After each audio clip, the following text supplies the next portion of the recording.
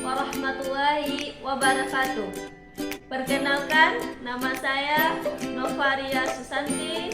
Saya guru bimbingan dan konseling di SMP 2 Koto Timur, Kabupaten Padang Pariaman. Sekaligus mahasiswa PPG dalam jabatan Angkatan 4 tahun 2021 di LPTK Universitas Veteran Bangun Nusantara Sukoharjo. Baiklah, pada hari ini, Senin 6 Desember tahun 2021, saya akan melaksanakan ujian UKIN atau ujian kinerja PPG saya di sekolah saya SMP 2 Koto Timur. Selamat menyaksikan. Mohon kritikan dan masukannya. Terima kasih.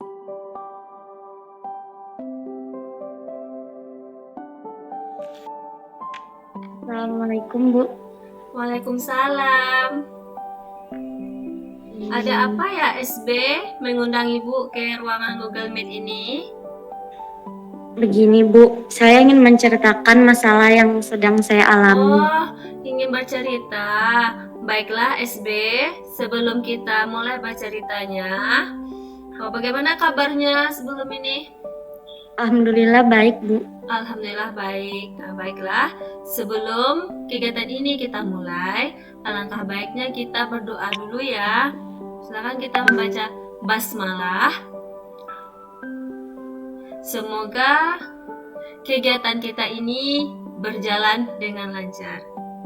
Baiklah, tadi nampaknya Salsa mengundang Ibu di Google Meet ini ingin bercerita. Oke, silahkan ceritakan. Nah, sebelum kita bercerita, yuk silahkan ceritakan dulu. Begini, Apa ada Bu, sesuatu yang ingin diceritakan?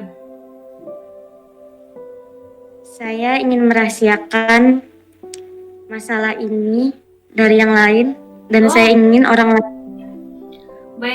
Baiklah SB. Nah, sebelumnya SB pernah melakukan konseling individu? Belum, Bu. Belum. Nah, baiklah kan Ibu jelaskan dulu konseling individu itu apa.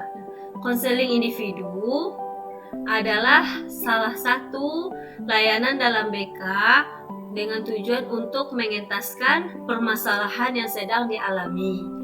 Nah, di dalam konseling individu ini ada beberapa azas yang kita anut. Yang pertama, azas kerahasiaan. Nah, jadi SB tadi kan nyampaikan tentang kerahasiaan. Ya benar, di konseling individu ini ada namanya azas kerahasiaan. Jadi apapun permasalahannya SB nanti tidak akan kita kasih tahu kepada orang lain kecuali atas izin SB. Selain SB memiliki kepercayaan tentang kerahasiaan, SB harus terbuka dalam menyampaikan, dalam menceritakan permasalahan yang sedang dialami. Kemudian harus sukarela mengungkapkan apa yang sedang SB alami. Nah, bagaimana SB? Paham? Ya, Bu. Ya. Paham. Baiklah, sebelum kita memulai kegiatan ini, kita memiliki kesempatan waktu dulu ya. Kira-kira berapa waktu yang SB butuhkan buat menceritakan permasalahan ini? 45 menit cukup. Oh, baiklah, 45 menit cukup ya untuk konseling ini. Baiklah, dengan waktu 45 menit kita coba melakukan konseling individu ini. Kita bahas semua permasalahan yang sedang SB alami. Nah, baiklah, silahkan SB ceritakan apa permasalahan yang terjadi pada SB. Begini, Bu, saya ini sedang merasa terbebani dengan sekolah saya. Ditambah saya juga membantu orang tua saya mencari uang buat kebutuhan sehari-hari di rumah. Oh, jadi SB ini memiliki permasalahan tentang perekonomian, tentang persekolahan. Nah, lalu SB yang selama ini, coba lanjutkan ceritanya. Bagaimana? Ya, terus saya bingung, Bu. Bingungnya Ya, itu kenapa? Coba saya ceritakan. Saya ragu setelah tamat SMP ini, saya mau lanjut sekolah, tapi karena ekonomi keluarga ya kurang, Bu. Oh, jadi SB memiliki bingung itu karena ragu mau melanjut sekolah atau tidak karena keadaan ekonomi. Nah, kalau boleh Ibu tahu, bagaimana keadaan ekonomi keluarganya SB? Bisa, Bu. Sebelumnya memang saya akui senang untuk sekali untuk menunda-menunda tugas saya. Saya juga senang untuk membuang waktu dengan pergi sama orang lain, kemudian Lalu? diajak pinang, diajak bermain. Heeh, Setelah itu dikasih uang atau upah. Kemudian uang itu saya juga kasih ke ibu heeh. untuk makan sehari-hari di rumah. Heeh. Jadi SB ini yang tercatat absennya terlalu banyak itu karena SB membantu orang tua. Berarti SB Iya, Bu. ini sama dengan tulang punggungnya keluarga. Iya. Oh, baiklah. Kalau begitu kita harus pecahkan permasalahan ini supaya SB tidak bingung lagi. Nah, merasa malas belajar, menunda pekerjaan sekolah. Nah, kalau begitu, bagaimana cara kita untuk mencapai cita-citanya? Kalau hal demikian ditinggalkan. Nah, kalau boleh Ibu tahu, apa cita-citanya SB? Cita-cita saya menjadi seorang guru di sekolah. Oh, bagus sekali ingin menjadi seorang guru di sekolah. Nah, rencananya SB setelah tamat SMP ini mau melanjutkan ke SMA atau ke SMK? Saya masih ragu juga, Bu, karena keadaan ekonomi keluarga saya, jadi saya bingung untuk melanjutkan sekolah atau tidak. Oh, masih bingung ya melanjutkan sekolah atau tidak. Nah, andaikan nanti kita akan mengetahui bagaimana caranya supaya kita itu masuk sekolah yang kita inginkan dengan bebas biaya, dengan ini. Kalau kita masuk ke SMA, berarti kita harus banyak belajar membaca, lebih banyak teori daripada praktek. Kalau kita ingin masuk ke SMK, itu lebih banyak keterampilan-keterampilan yang kita terima. Jadi kita itu tidak mengharuskan untuk melanjutkan perguruan tinggi. Kalau SMA kan kita harus melanjutkan perguruan tinggi. Nah, rencananya SB itu apa? SMA atau SMK atau pesantren kah? Atau MAN kah? Rencananya? Mungkin saya merencanakan masuk SMK, Bu, karena menurut Lalu? saya, ya, Bu, Bagaimana? Ingin masuk ke mana tadi? SMK. Oh, ingin masuk ke SMK. Ya, kenapa? Karena menurut saya di SMK itu langsung kayak dapat kerja gitu, Bu, dibanding daripada kita di SMA. Oh iya, benar, bagus sekali. Karena di SMK itu kita lebih banyak diberikan keterampilan-keterampilan ya. Keterampilan terkhusus yang menerjunkan siswanya langsung bekerja. Nah, kalau SB memiliki cita-cita ingin jadi guru, ingin melanjutkan sekolah SMK, tapi malas belajar terus ditinggalkan. Nah, malas belajar itu harusnya bagaimana? Nah, harus ditinggalkan. Nah, saya memiliki cita-cita yang baik loh. Saya memiliki impian ingin masuk SMK favorit saya loh. Saya ingin menjadi guru. Tapi bagaimana ya dengan ekonomi? Nah, asal SB tahu, ekonomi seseorang itu akan berubah dan sesuai dengan rezekinya. Di mana? Coba lihat di luar sana. Kan banyak kita lihat lah orang yang sukses itu dari apa? Asalkan dia memiliki usaha, asalkan dia memiliki pemikiran positif, pasti ada jalannya. Banyak ada anak yang tukang parkir, nah dia sarjana, padahal keluarga broken home. Banyak kan kita lihat? Banyak, Bu. Nah, begitu juga dengan orang yang memiliki kebutuhan khusus. Dia tidak memiliki tangan, tidak memiliki kaki, tapi dia bisa juga sukses. Nah, kita harus melihat motivasi-motivasi dari orang-orang itu, karena tidak selamanya orang susah itu seperti ini, diam di tempat, terus bingung-bingung. Jadi kita harus mencari motivasi-motivasi. Nah, lalu bagaimana lagi perasaannya si SB? Selanjutnya, apa rencana-rencana yang akan SB lakukan?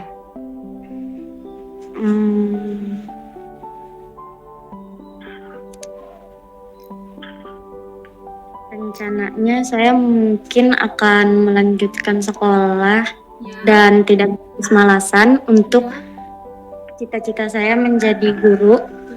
Dan juga tadi mendengarkan Ibu bahwa di luar sana banyak yang lebih kesulitan daripada saya. Mungkin saya berpikir untuk tidak bermalas-malasan lagi dalam sekolah, belajar. Nah, bagus sekali itu pemikirannya SB. Berarti SB itu harus melihat orang-orang di sekitar kita, orang-orang di luar sana, dengan keadaan kita saat ini. Nah, berarti SB kan ibu bapaknya masih ada kan? Sudah bercerai.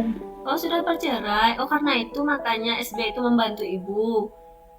Iya. Nah, walaupun keluarga kita atau orang tua kita sudah bercerai, yang namanya kita adalah anaknya, pasti harapan mereka kan? Harapan mereka untuk sukses. Nah, jadi kita tidak boleh berpikiran seperti itu. Nah, pikiran SB yang sebentar tadi itu bagus. Nah, SB harus memiliki pemikiran yang positif, pemikiran yang baik, bahwa untuk mencapai cita-cita itu kita tidak boleh malas belajar, tidak boleh menunda-nunda pekerjaan. Yang bingung-bingung ini yang harus kita rubah. Nah, bagaimana cara kita menghilangkan rasa bingung ini? Tidak ada lagi rasa keraguan dalam hati kita. Baiklah, SB, pemikirannya SB yang tadi itu, ini ada kita menggunakan di dalam teknik konseling. Ya, dalam teknik konseling kita menggunakan pendekatan REBT, yaitu rasional emotif behavior, di mana nantinya teknik ini menggunakan mekanisme ABCDE, yaitu adalah mengubah pemikiran yang irasional menjadi rasional. Akan Ibu jelaskan sedikit. Ibu izin screen dulu ya. Baik, Bu. Di screen dulu. Mana dia? Tunggu bentar.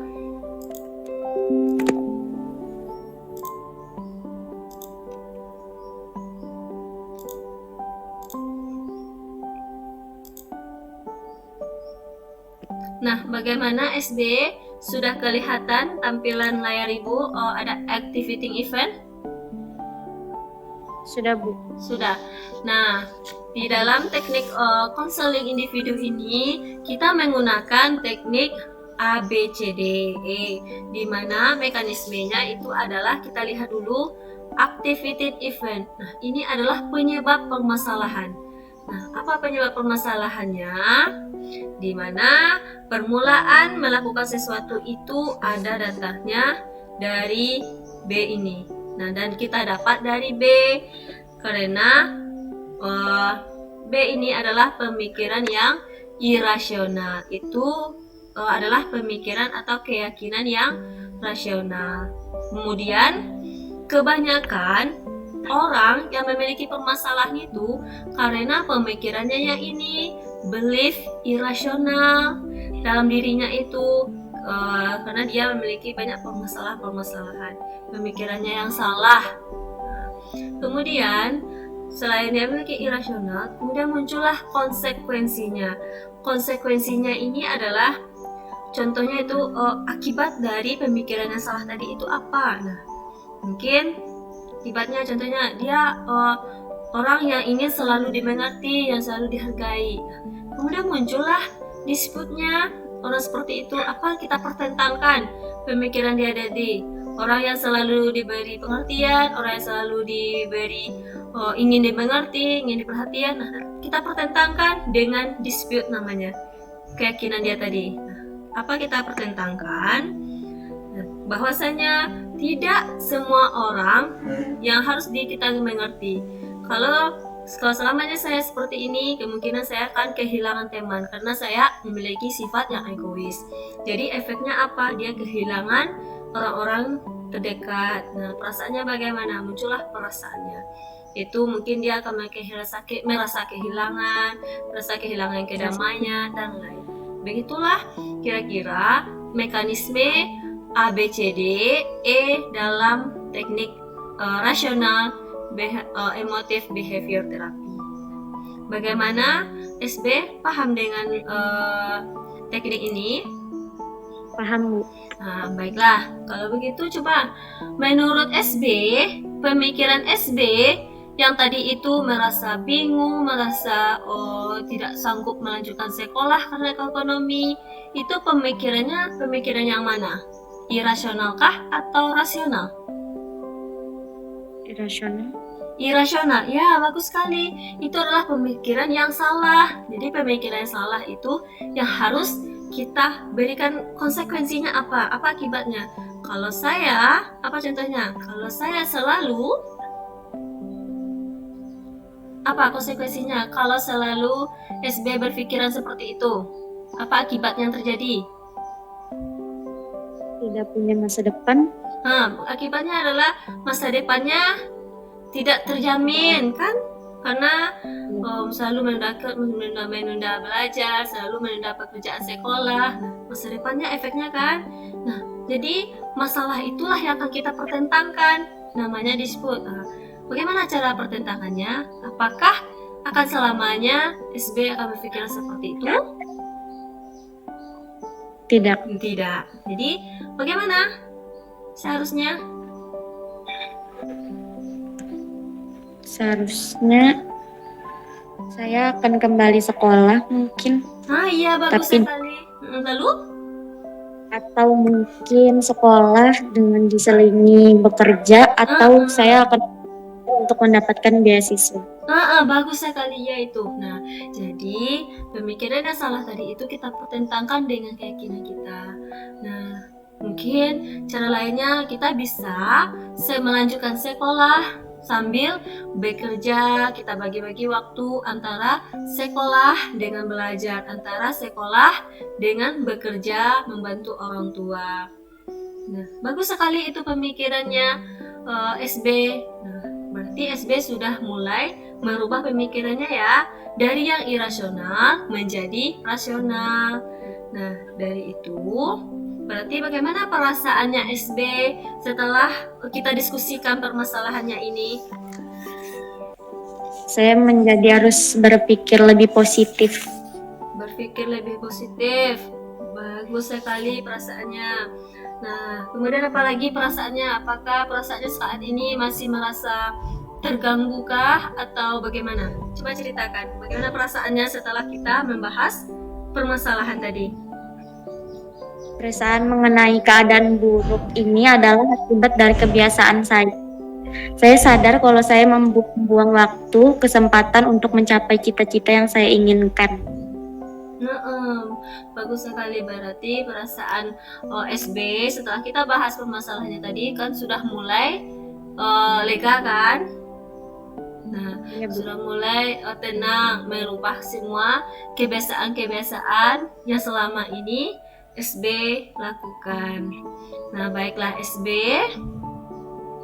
dari permasalahan yang kita bicarakan tadi, perasaannya lega, pemikirannya sudah mulai berubah. Apa komitmen yang SB miliki? Nah, komitmennya apa? Komitmennya saya akan belajar lebih giat. Bagus, saya akan belajar lebih giat. Lalu? Untuk mencapai cita-cita yang saya inginkan, dan saya ingin orang tua saya bangga dengan apa yang saya kerjakan. Ya, bagus sekali. Berarti kita harus semangat lagi belajar untuk mencapai cita-citanya menjadi seorang guru ya, kata cita-citanya tadi. Kita harus semangat. Kita tidak boleh terlalu lama terpuruk dengan permasalahan seperti itu. Nah, berarti setelah tamat SMP ini, kita lanjut SMK, kemudian menjadi guru SMK nantinya ya, insya Allah. Ya, nah, berarti komitmennya bagus sekali, harus lebih giat dalam belajar. Nah, kemudian, apalagi yang pemahamannya yang diterima? Saya Nggak boleh berpikiran yang terlalu negatif atau irasional, dan saya harus berpikir yang lebih positif. Iya, bagus sekali. Kita itu harus memiliki pemikiran yang positif, yang bisa membangkitkan rasa semangat kita, yang bisa membangkitkan rasa motivasi kita. Bagus sekali dari pemahamannya, dari komitmennya. Berarti SB sudah mulai mengubah pemikiran yang salah tadi menjadi baik. Pemikirannya irasional menjadi rasional. Baiklah SB, ada lagi yang ingin diceritakan? Tidak ada, Bu. Saya sudah lega. Oh, bagus sekali. Tidak ada. Baiklah SB, jika ada lagi nanti permasalahannya SB alami, jangan sungkan dan jangan malu-malu ya untuk mengundang Ibu di dalam ruang Google Meet atau melalui WA ya. Nah, karena Ibu selalu terbuka buat siswa-siswa Ibu yang ingin bercerita, baik cerita bahagia, cerita sedih, termasuk juga lewat cerita tentang pacarannya, jika ada. Nah, bukan seorang guru BK itu kepo, tapi adalah berbagi. Jangan sampai kita itu salah memilih teman. Nah, baiklah SB, karena SB sudah memiliki pemikiran yang baru, sudah merubah pemikirannya menjadi positif. Nah, sebelum kegiatan ini kita tutup, Ibu ada sebuah formulir yang sudah Ibu kirimkan melalui WA-nya. Nanti silahkan dilihat ya. Tapi Ibu di screen dulu akan lihatkan seperti apa bentuk kepuasan konseli tersebut. Kepuasan konseli. Nah, ini. Bagaimana kelihatan? Kelihatan. Nah, ini adalah kepuasan konseli terhadap proses konseling. Nah, itu cara mengisinya gampang sekali, tinggal memilih sangat memuaskan, memuaskan, dan kurang memuaskan. Dan jangan lupa beri nama. Jangan lupa beri namanya. Kemudian ini ada beberapa pertanyaan berkaitan dengan penerimaan guru dalam bimbingan konseling terhadap kehadiran anak, kehadiran Anda, bagaimana penerimaan guru BK-nya terhadap kehadiran SB, kemudian kemudahan guru BK-nya untuk diajak curhat. Paham kan cara pengisiannya? Paham, Bu. Oke, baiklah. Ini adalah kepuasan konseli yang nanti diisi setelah kita grup ini. Nah, baiklah. SB, karena tidak ada lagi yang ingin kita bicarakan, boleh kita tutup kegiatan kita pada siang hari ini? Boleh, Bu. Boleh. Baiklah, sebelum kita tutup, Ibu mengucapkan terima kasih atas keterbukaannya SB, atas kesukarelaan SB menceritakan permasalahan yang sedang SB alami. Terima kasih atas waktunya dan kesempatannya. Marilah kita sama-sama membaca hamdalah. Alhamdulillahirrahmanirrahim. Karena kegiatan kita berjalan dengan lancar. Baik. Karena kita sudah berdoa. Assalamualaikum warahmatullahi wabarakatuh. Waalaikumsalam warahmatullahi wabarakatuh. Ya, terima kasih.